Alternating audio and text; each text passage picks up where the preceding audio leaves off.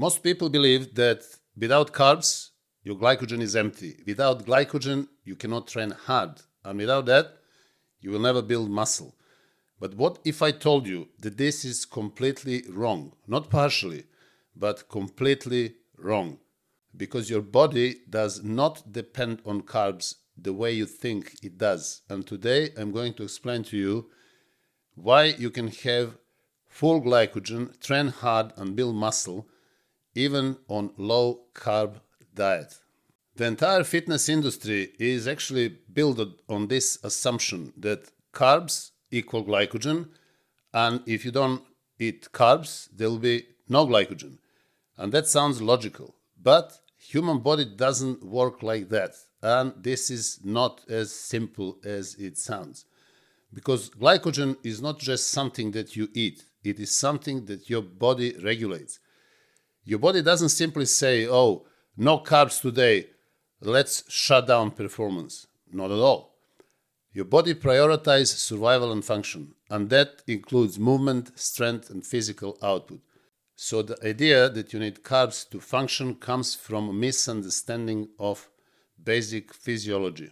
So let me simplify this. Glycogen is just glucose stored in your muscles and liver, and that's it. It's no magic.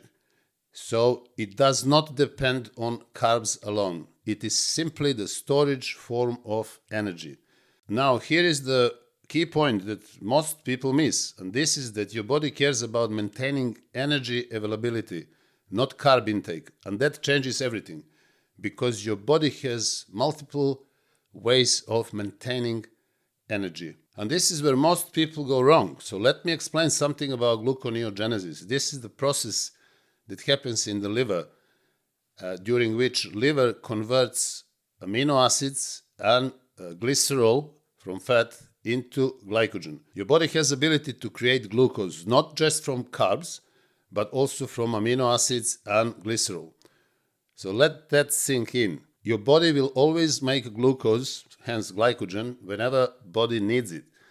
So it does not wait for you to eat carbs. So when people say you need carbs to fill glycogen, this is false because your body is constantly regulating glucose levels internally, even if you eat zero carbs. So how do we know that? Where that comes from? From scientific experiment? No, it comes from reality because we have obviously lots of bodybuilders who don't eat carbs. I don't eat any carbs. I'm training 5 times per week. My workouts are usually 30 sets per session. So where that glycogen comes from? I don't take anything magic. It doesn't come from nothing. So it must be coming from somewhere. And it obviously comes from food that I eat. As most of you know, I eat mainly protein and fat. I don't eat any carbs. And I eat 3 times per day. I try to be around 250 to 300 grams of protein per day and around 150 grams of fat. So glycogen that my body stores actually comes from that protein and fat. Now, I'm not the only one. Most of my clients are on zero carbs. They are performing fantastic. They look great. They are constantly lean, not only 1 month per year, when they compete or when they go on the beach, but 12 months per year, every week of the year.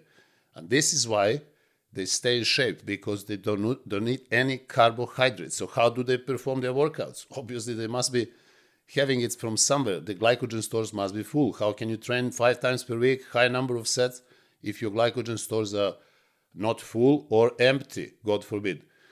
Now, also, there are experiments done, and this is the famous study done by Volek and Finney in 2016.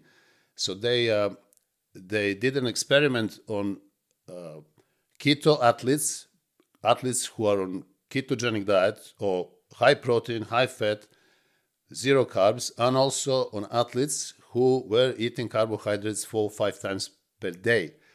So after a 3-hour run, they measured their glycogen. They actually measured the glycogen stores before the run and also after the run. So before the run, their glycogen stores were full, and after the run, the glycogen stores were exactly the same. So athletes who ate carbohydrates did not have more glycogen in their muscles than keto athletes. So keto athletes perform the same as athletes on carbohydrates, but the glycogen levels were the same. So this is just another scientific proof for those who like science more than reality, as I like to say often. And we can see that even without eating carbohydrates, one can perform perfectly. Not to mention countless number of bodybuilders who actually perform fantastically without carbs. Golden era, in 80s also bodybuilders trained with very low carbs or zero carbs, and they all perform brilliantly. Just bear in mind that most of professional bodybuilders and competitive bodybuilders reduce their carbs dramatically 2, 3, 4 months before the show, depending on their fitness level, or their status. And this is the time when they usually increase number of sets and reps, which I argue against. I think the number of sets and reps should be the same year round, but anyhow.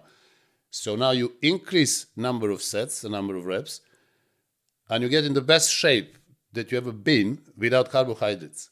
So with the increase in sets and reps, you must be burning more carbohydrates than during the off season when you're burning less. So you burn more glycogen. Now, where that glycogen comes from, if you have reduced your carbohydrates.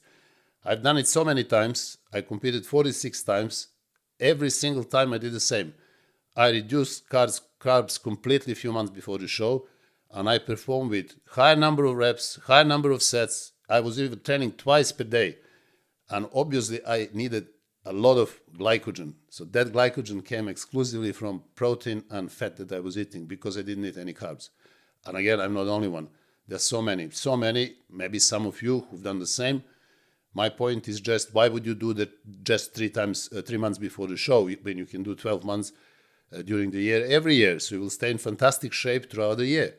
Now, at this point, some people would say, yes, but carbohydrates actually spare protein. So if you eat carbohydrates, you're not going to burn protein for replenishing glycogen. And this is partially true. A lot of people argue on that point.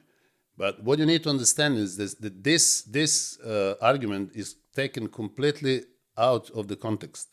It is usually a concept that comes from starvation conditions, low calorie intakes, and low protein diets. So if you're on low protein, if you're in starvation mode, of course you need carbohydrates to protect that little protein that you have in your diet.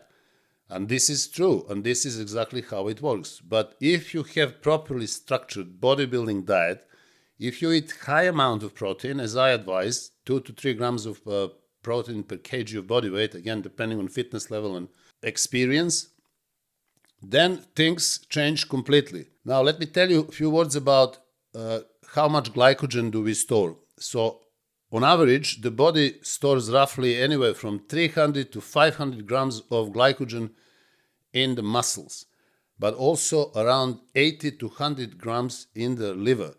So we can say, roughly for the sake of an argument, that the body stores anywhere from 4 to 600 grams of glycogen altogether in the muscles and in the liver. And this again depends on body size, muscle mass, diet, and training status. Now, the important question that we should ask is, how much glycogen do you burn during the training session? Are you going from full tank to zero, or maybe not? So, the amount of glycogen that one burns during the training session depends on many different factors. Number one is volume, then intensity. So, for example, if you do 10 sets per session, you will obviously burn less glycogen than if you do 20 or 30 sets per session. Intensity, if you do low intensity, less. If you do higher intensity, you're going to burn more. Also, duration of your session, again, related directly to number of sets and reps. And also rest periods. If you rest more between the sets, you will burn less glycogen. If you rest less, you will burn more glycogen. So roughly, we burn anywhere from 100 to 150 grams of glycogen. So if one stores anywhere from 4 to 600 grams of glycogen and burns anywhere from 100 to 150, that means that you don't burn all your glycogen. So you don't need to panic and run into some sugary things, carbs, whatever else you are choosing after the workout, thinking, oh, I burn all my glycogen, so now I need to replenish. In reality, most people burn less than 100 grams of glycogen. Why? Because most people don't do high number of reps, high number of sets, and also they rest too long between the sets. So in reality, the amount of glycogen that one burns may be even less than 60 or 70 grams for upper body muscles, and also less than 100 grams of glycogen during the leg workouts. Now, in the case similar to mine and my clients that I train and advise, when we perform more sets, up to 30 per session, number of reps for upper body, 8 to 12, for legs, 12 to 20 or more, rest period, necessary minimum, in that case, one will burn more glycogen. So I'm the one who burns a lot of glycogen, but I don't eat any carbohydrates, and I don't even panic after my workout. Usually I eat 2 to 3 hours after my workout, like nothing happened. So I'm not hysterical about immediately running, opening the bag, 2-3 different containers full of rice, choco pops, or similar nonsense, just because you have to eat immediately to replenish your glycogen. It just doesn't work like that. This is, again, just spoiled characters who can't wait to eat something sweet or something pleasant. End of story. Physiologically, you don't need to do anything like that, because you will replenish your glycogen anyway from that particular muscle group that you just have trained. And it will take 1 or even 2 days to fully replenish glycogen in that particular muscle group. Now, if you train that muscle once a week, in a week time, you are going to be absolutely ready for next session without panicking, without making yourself hysterical about carbs, and also without destroying your metabolic health by eating carbohydrates many times per day. So if you eat enough protein, let's say 250 grams of protein per day, you will have enough protein and also fat to actually replenish the glycogen that you have burned during your training session. So gluconeogenesis is a demand-driven process. It produces glucose in order to maintain blood glucose, to support the brain and red blood cells, and also to replenish glycogen as needed. So when you rely on gluconeogenesis, when you don't eat carbohydrates or very little, your body will always replenish as much glycogen as needed. So you will never produce more glucose, hence more body fat, as it's going to happen if you are relying on carbohydrates and you eat carbohydrates 4, 5, 6 times per day. So you will replenish your glycogen stores. Once they are full, any extra glucose can only spill over because cells will be saturated with glycogen and they will not be able to accept more. So if you burn 60, 70 grams of glycogen, which is equivalent of 60, 70 grams of carbohydrates in your diet, now think, even if you are on carbohydrate diet, how much carbs do you need in order to replenish those 60, 70 grams of glycogen that you have lost? You need 60, 70 grams of carbs. And now think and look how much carbs do you eat. And you eat 3, 4, 500 grams of carbs. So what do you think is going to happen with that? Well, it's going to make you fat. And this is why most bodybuilders, most people in the gym are fat most of the time. During the year, for 10 months, 11 months, they are fat unnecessarily. And they then struggle to get in shape and look good for 1 month. What happens after that month? They go back into their fat state and they feel happy there because they are eating their carbs. Now, if you have understood everything that I have explained and you understood that you don't need exclusively carbs in order to replenish glycogen, and if you don't eat carbs, your muscles will not disappear. You will still have enough glycogen to perform your next training session with high intensity, high volume. Let me move to something very important, and this is another proof and another physiological explanation why humans do not need carbs to function perfectly. So let us go back into human history, into evolution. For the most of our evolution, from over 97% of our evolution, which lasted for a few 100,000 years, humans didn't have access to rice, to pasta, to grains, oats, sugar, and everything else that people are eating today. So what did humans do? Did they just sit down because they were empty of glycogen, they didn't move? They were just meditating and waiting for miracles to happen? Of course not. Humans were very, very active. They hunted, they ran quick, they fought between themselves. They were running for survival. They did all these explosive movements all the time, not because of their leisure activity time, but because of the survival. They had to do it. They had to fight to survive. They had to hunt to survive. They had to run for their lives whenever it needed. So how did they do that? They needed glycogen for that. So where did the glycogen comes from? There was no rice, pasta, bread, ice cream, whatever. Clearly, humans were always full of glycogen. How? Because humans dependent on their staple food, which was always meat and fat. So if their glycogen stores were empty, that would lead to extinction. We wouldn't be here now. So how was that possible? Simply because their bodies adapted and they developed systems to maintain energy, to maintain performance, and to maintain glycogen without relying on constant carb intake. So if your body needs carbs to function, humans would be extinct long time ago. So what happens when you go on low-carb diet? Obviously, the diet has to be high in protein and fat. You need protein and fat in higher amounts. A lot of people come back to me and said, oh, since I switched to low-carb diet, I have no energy, I'm weak, I don't get pumped, my muscles are shrinking, almost I'm dying. And this is simply because when they cut their carbs, let's say they were on 150 grams of protein, 300 grams of carbs, a little bit of fat, and now they cut their carbs, they still stay on the same amount of protein, or they increase protein a little bit, maybe to 200. Instead of increasing protein to 250 or 300, and fat 150, 200 grams, nothing will change. They will actually perform better, and they will also lose a lot of body fat. Metabolically, they will be much more superior, in much better health.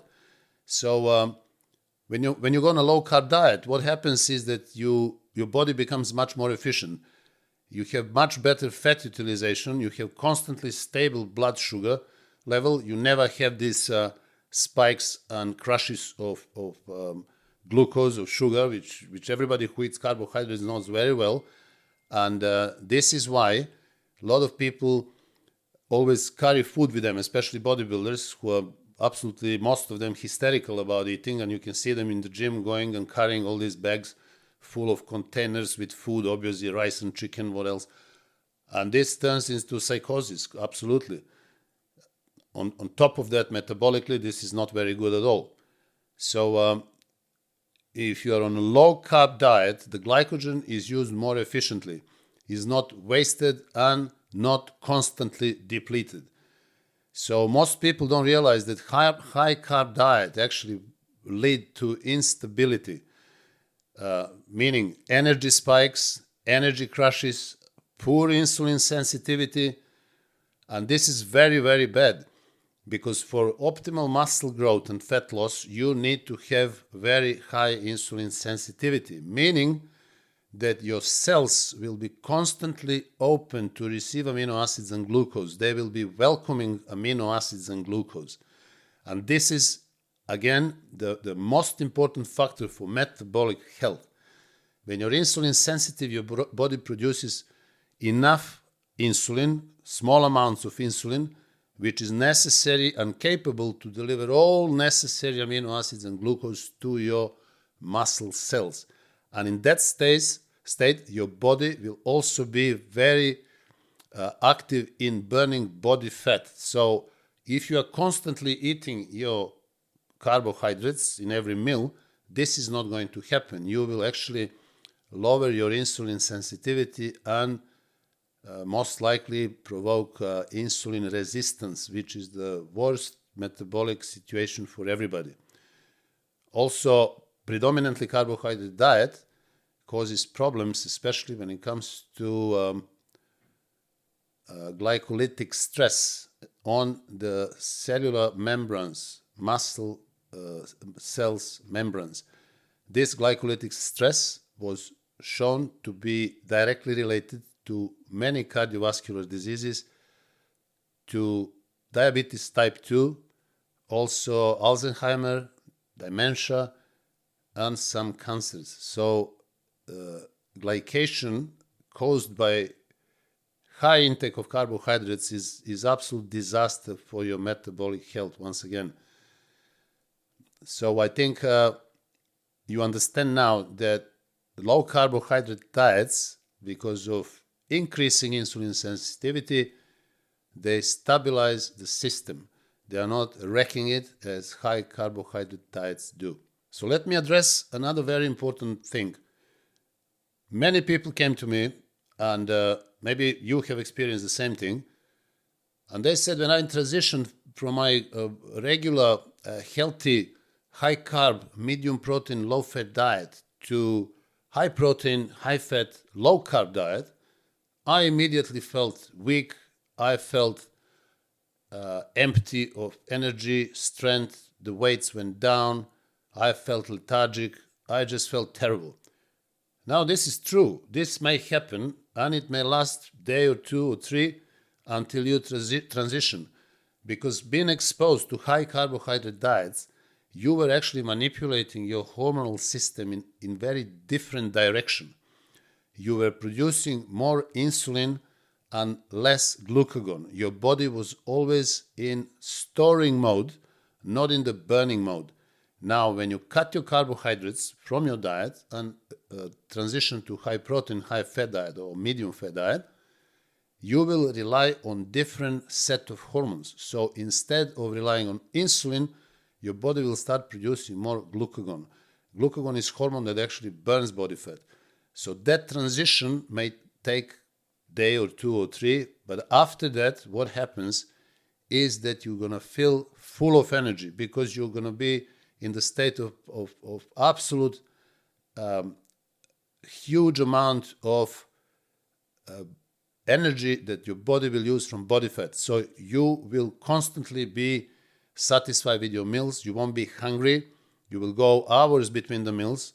When you're on carbohydrate diets, you have to eat every 2 to 3 hours.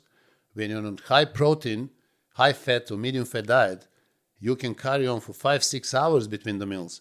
And this is another great benefit. I explained that in the previous video in which I talk about the importance of high intake of protein. And these long periods between the meals will actually force the body to rely on body fat. You will produce more growth hormone between the meals, and you will be perfectly happy. Satiety will be high, hunger will be very non-existing, and then after 5-6 hours you may experience a little bit of hunger. This is when you should eat again. So the benefits are enormous.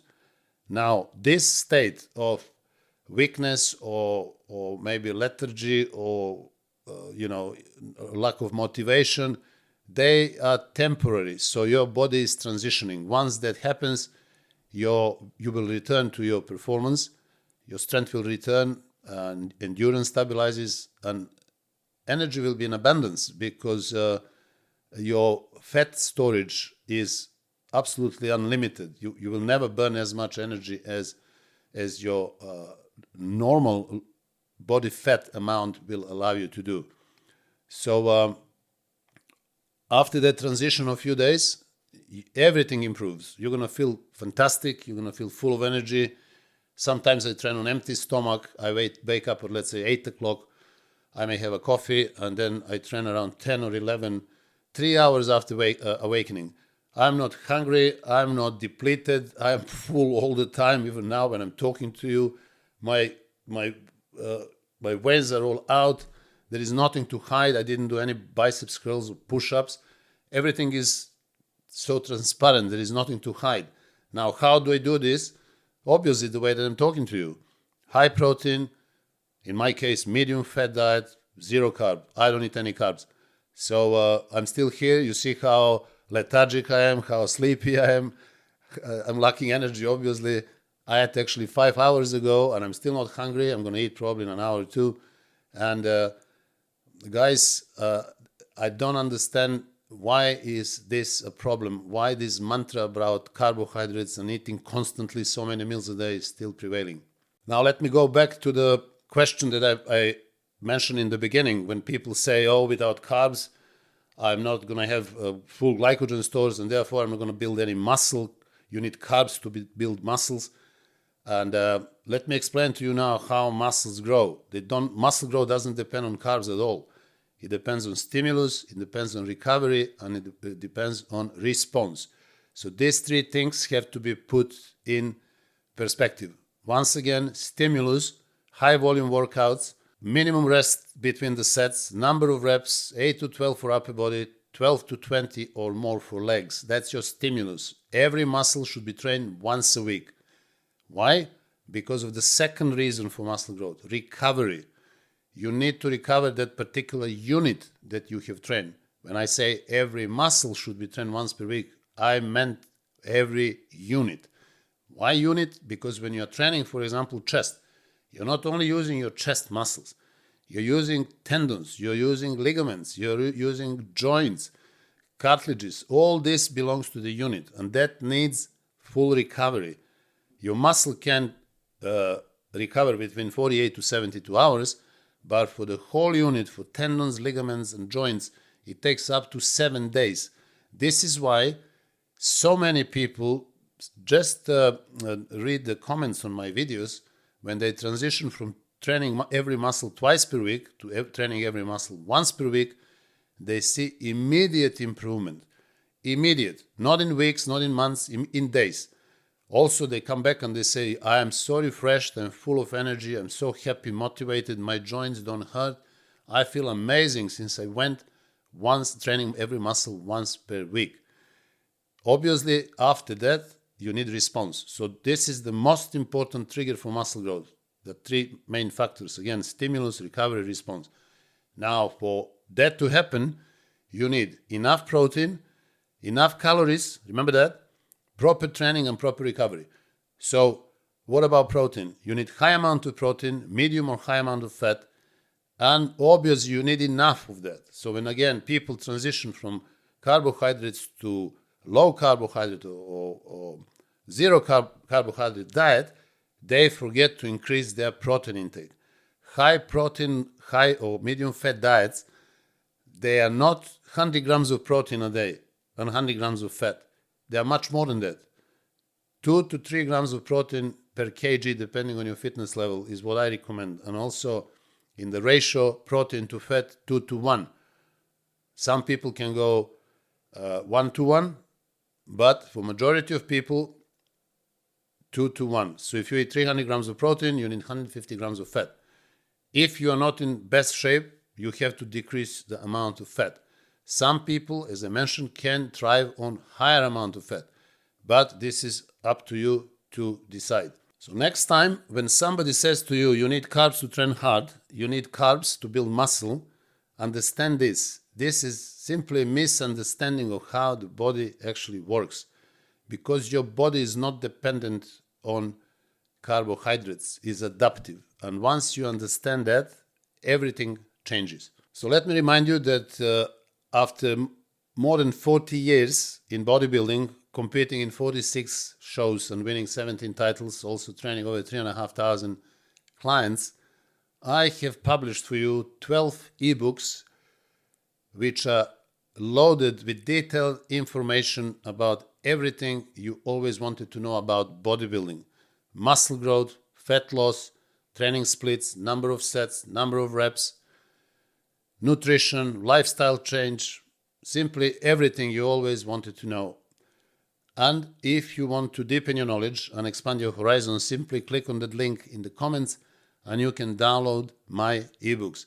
For the ones who want to learn how to exercise in perfect form, I have also published Bodybuilding Blueprint course, which is made of 8 videos in which I personally perform and demonstrate the best possible form of most effective exercises for all muscle groups. So if you finally want to learn how to perform in perfect form, this is probably the best choice that you can make, you can have. And in that case, again, click on that link in the comments below and you can download my Bodybuilding Blueprint course. So guys, if you enjoyed this video, please subscribe to my channel, like the video, share the video, send me your comments, and I will see you in the next video.